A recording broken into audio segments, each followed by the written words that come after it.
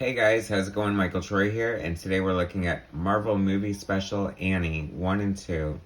Woohoo! So, did you even know this existed? So, I was watching this really long interview with Jim Shooter. I think it's on Comic Book Historian's channel. It's like an 8-hour interview.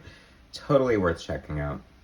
But it was very interesting. One of the things, the reason I'm bringing it up is because, in the 80s, Marvel was strapped for cash a lot. This is before Disney owned them. And, they went through different periods where they were almost sold a couple of times and different things happened and blah, blah, blah. So, anyway, Shooter was always trying to look for ways to make money for the company, and doing movie comic book adaptions was one of them. So, that's why you see a lot of like obscure movie adaptions from Marvel, like but some super appropriate. I mean, I guess it only makes sense to do a comic book on Annie, a movie based on a comic strip. So, duh, right? Although, well, we'll get into that in a second. But, like they did Dune and Buckaroo Banzai, and I can't think of any others right away, but they just did a lot of different sort of movie adaptions. And I really wish that they would have almost done this in more a traditional style of the Annie cartoon. I think that would have been fun. I think if this came out today, they might have done something like that. But as it is, it's more of a straight up movie adaptation, and it really always bothered me. Sandy, I don't know, doesn't look like a dog to me. It looks like a person in a dog costume, that weird face. I just can't get over it. So anyway, let's get into this. I was super young. I was excited about the movie Annie for my sister, I think. And so, of course, we were getting all the Marvel comics, and this just made sense that we had to get this one. But I'm glad I have it. So Tom DeFalco is the writer. Win Mortimer is pencils. Vince Colletta, oh, just like a knife in the heart to see Vince Colletta. Not only is he just a bad anchor, but he actively, destroyed comic art by, erasing characters and just leaving out details so that he could do less work, because he was all about getting the paycheck. And that's why he was, ironically, he got a lot of work because he was fast, but he was fast because he's butchering the art. So it's kind of weird that he got so much work. Anyway, I haven't seen the movie Annie in forever. Love this Carol Burnett as Mrs. Hannigan. This is hysterical. I don't know, this is just cracking me up. Because I remember being not super excited about this comic book, but, it's like when you're reading, the X-Men and the New Mutants and Alpha Flight and Fantastic Four comparatively.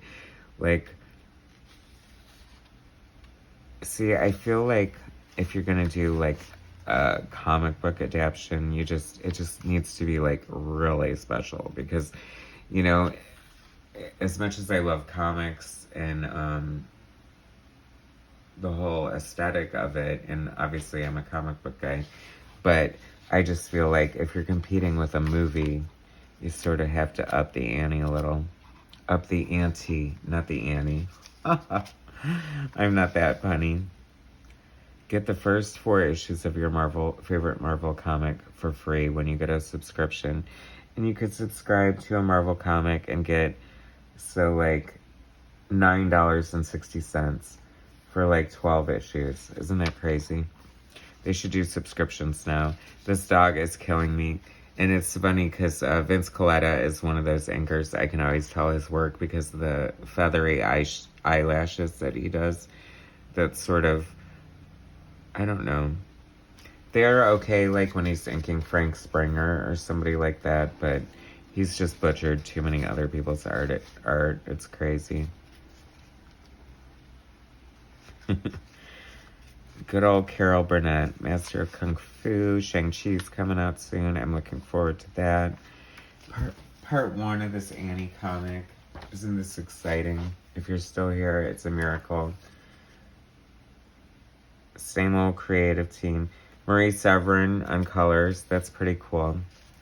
Industry veteran legend there.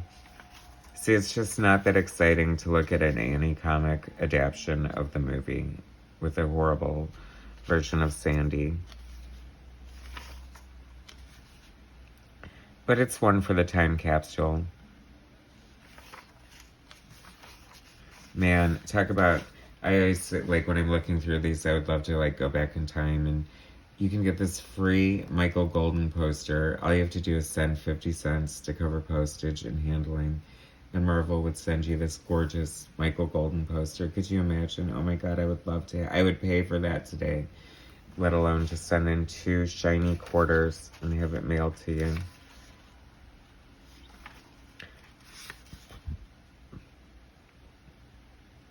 I don't know. What do you think? Annie. I haven't really read any of the original Annie comic strips. Are they worth checking out?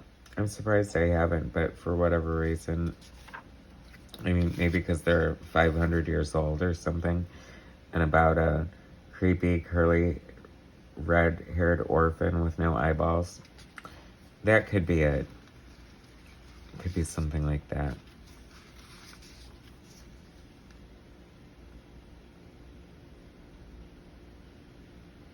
And it just ends, just like that. Here's the big cliffhanger at the end, wrapped up in 3 panels on the big bridge scene.